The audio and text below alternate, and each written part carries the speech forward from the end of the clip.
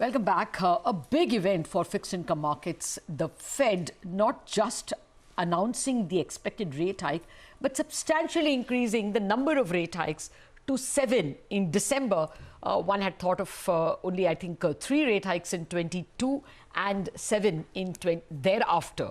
So this is a very big change if you looked at it from the December angle. And as well, the inflation forecast stood at 4.1%. In the Fed's forecast, whereas in December they were only talking about 2.7% inflation for 2022 itself. That's huge. The markets themselves have not reacted too badly, but where do we go from here? For those questions, we are joined by Sameer Goel, the Global Head of Emerging Markets Research at Deutsche Bank. Sameer, thank you very much indeed for joining us.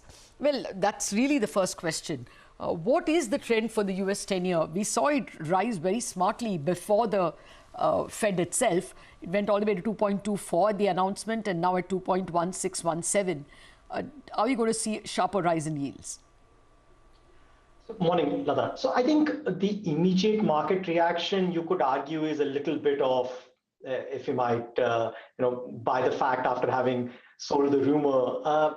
In some sense, except for obviously that this liftoff from the Fed has happened in the middle of a geopolitical war shock, if you might, to markets. Otherwise, it's mostly to script of what one would have thought, which is that very large part, and like you said, the market reaction was a lot more muted, was mostly because the Fed, in effect, admitted that it was behind the curve as far as, with reference to its dual mandates. It's actually adjusted its rate forecast up for 2022 very much to meet market pricing.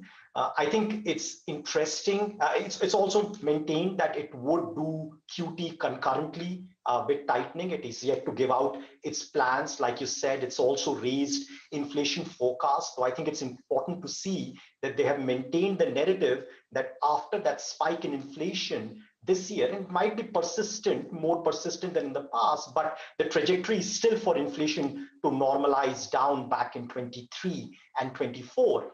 I think the market reaction is quite instructive because even for now, while the market's obviously not done a lot as far as 22 pricing is concerned, because the 7 hikes from the Fed are already in the price, but it is not really priced in all of the 3 hikes which the Fed has talked about for 23. In fact, the curve is now slightly inverted for 24. So the market's still holding on to the narrative that this level of sharp tightening will raise the probability of a slowdown, potentially a recession, and for the Fed to have to sort of, if you might, unwind some of these rate hikes going into 24. So the action's been interesting, that it's been about it's met the market pricing very upfront, but it's not necessarily changed the narrative about where we land up sort of a couple of years from now. The dollar's kind of come off a little bit. That's what the treasuries have done, sort of backed off a little bit of the recent thing. The trajectory, like you said, for US yields, I would still say is for term premium higher and for the markets to adjust to the possibility that the Fed will probably still keep to the narrative of more tightening, including in 23. So still think we are heading up for the 2-quarter, 2-half region on 10-year over the next sort of 3 to 6 months. Okay, 2-quarter, 2-half. Well, I'm more interested in really how the Indian markets should take all this. At the moment, it's a huge rally actually in the bond markets, and they're responding to the fact that crude is now in double digits after a nightmarish triple digits for what, 3 weeks. 6.79 is where the 10-year has opened. Likewise, rupee opened very strongly. Even 76 has been taken out, 75.90. But first, let me come to bonds. Where do you see the Indian bond range at the moment? A lot of negatives are going to come in terms of, crude prices getting passed on and borrowing program starting. Yeah, so look, multiple factors going in for the Indian sort of rates outlook, right? Like you very much pointed out. I think crude's a very important factor. There's an exceptional level of uncertainty around the outlook on crude, given that it's been driven by this massive supply shock and fairly unclear about how persistent and how much more serious this supply shock can potentially be from here. And that obviously feeds into the outlook on India very materially, given how how big an importer of oil we are, and the pass-through, of course. Well, even if not immediately as it has happened, but if you might, the pressure building up for a more significant pass-through potentially at some stage into local prices and into domestic inflation. The Reserve Bank, from that perspective, certainly looks like one with significant negative real yields at this point in time. A lot of the communication coming out of the central bank still suggests a relatively dovish stance where there is sort of a reluctance to move very quickly to recalibrate real rates into the positive territory. And if anything, that will be a key determinant of how much the market prices in. And very typically, the way the market would react, I would imagine, is that the further RBI delays tightening, the sharper a tightening will be priced into the curve. And then there is the bond supply demand arithmetic, which, as we all know, getting into the next fiscal year, and we've got a temporary lull here, but getting into the next fiscal year is only going to get more challenging. So that, together with the global yield outlook, I would still say the direction for yields sort of multi-month is still more up, and I would say north of 7% for the 10-year. But it's probably something which is like a little bit more likely in the next fiscal year rather than necessarily immediately right now. Oh, of course. Next fiscal, yes. You start with the borrowing program in April itself. But, there are fears in the market that the RBI is seriously behind the curve. We last heard from the Deputy Governor in charge of monetary policy, Michael Patra, speaking at the Indian Merchants Chamber Conference, and his final sentence was, we have to look at the current inflation as supply side, indicating dovishness. So is there a time when, a chance that the Reserve Bank will have to acknowledge that inflation is seriously higher than what they thought? So can there be a material jump like 7.5 on the 10-year?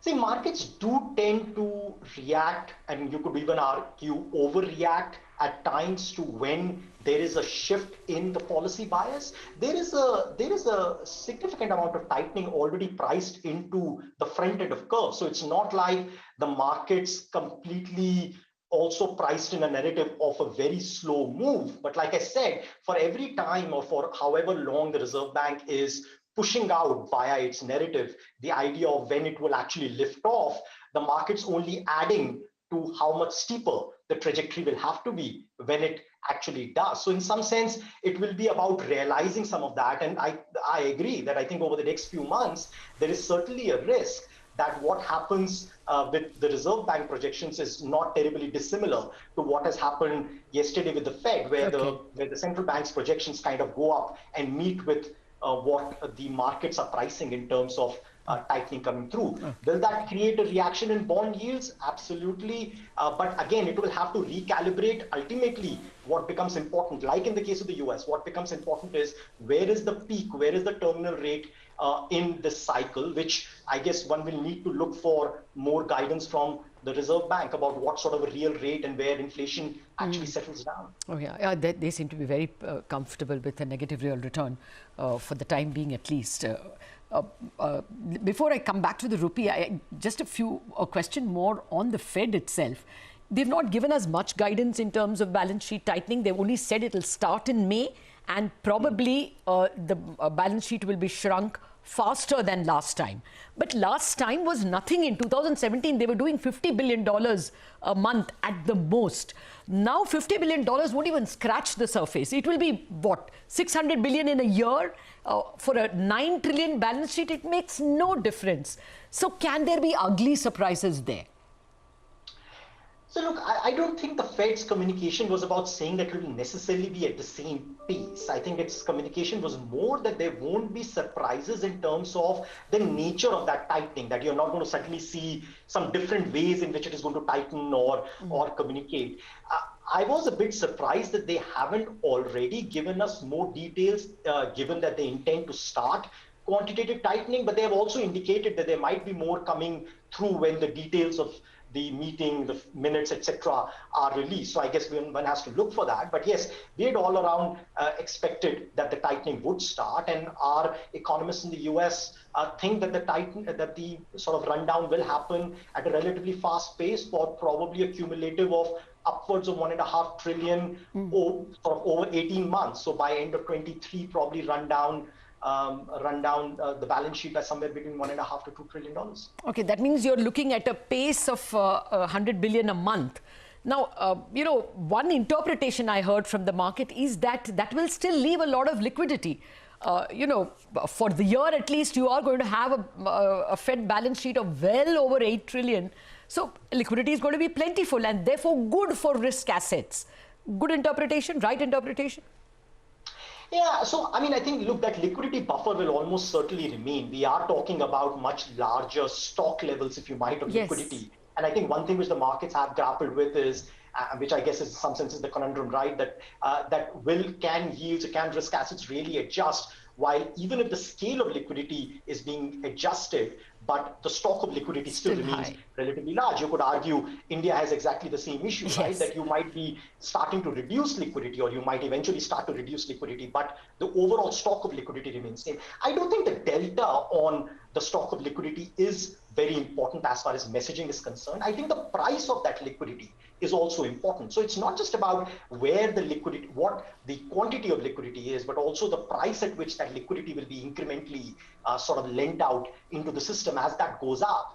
What will also matter, mind you, is that in any case, going from quantitative easing, which was effectively about the central bank buying bonds, to one now where it is effectively so it's not incrementally buying anything, and in fact the net supply to the markets goes up because it is allowing these sort of securities to mature. That in itself will shift the demand supply balance as far as fixed income markets and bonds are concerned, and that should cause a bigger impact as far as the term premium is concerned. Okay. Well, Samir, thank you very much for your perspective.